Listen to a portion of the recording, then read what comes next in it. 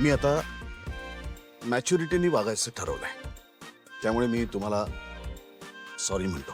I am sorry. कसं हे सगळं जे झालं ना, एक एक प्रकारचा गैरसमज झाला, त्याच्यामुळे हे सगळं.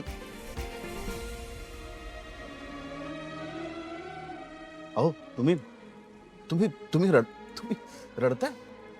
रडायला काय झालं? अहो पाऊस पडला की काय मोठ्या मोठ्या मॅचेस सुद्धा कॅन्सल होतात, त्याच्यात काय एवढं? मगाशी सगळ्यांसमोर मला बोलता आलं नाही, पण मला कळलंय तुम्ही कितीही सारवासारवी केलीत ना तरी तुम्ही ते पोलीस मलाच अरेस्ट करायला बोलवले होते. तुम्ही हात धुवून मागे लागलात माझ्या.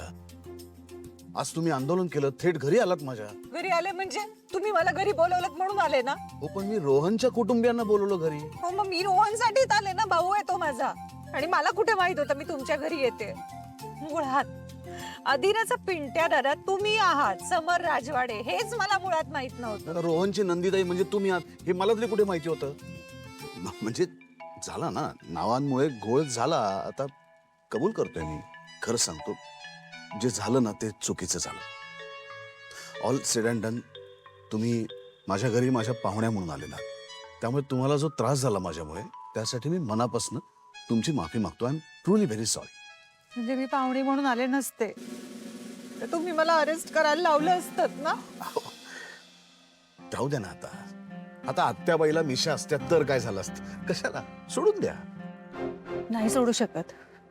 माझ्या बाबांची काही चूक नसताना त्यांना जेल पर्यंत जावं लागलं. माझी बहीण आणि माझ्या आईवर तुम्ही ऍक्शन घेतलीत. एवढी काय चूक झाली होती हो त्यांची? एवढंच ना. ठीक आहे, कॉम्पन्सेशन म्हणून मी तुमच्या विरुद्ध केलेल्या सगळ्या तक्रारी मागे घेतो आणि यापुढे एकही तक्रार करणार नाही. बस.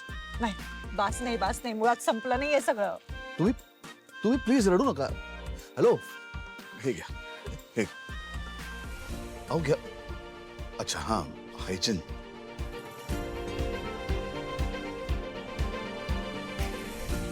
हे झालं.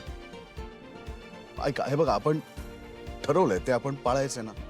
काय? म्हणजे मॅच्युरिटीने वागूया. अधीरा आणि रोहनला यातलं काहीही कळू द्यायचं नाही. ते तुम्हाला मला सांगायची गरज नाहीये, तेवढं मला कळतं.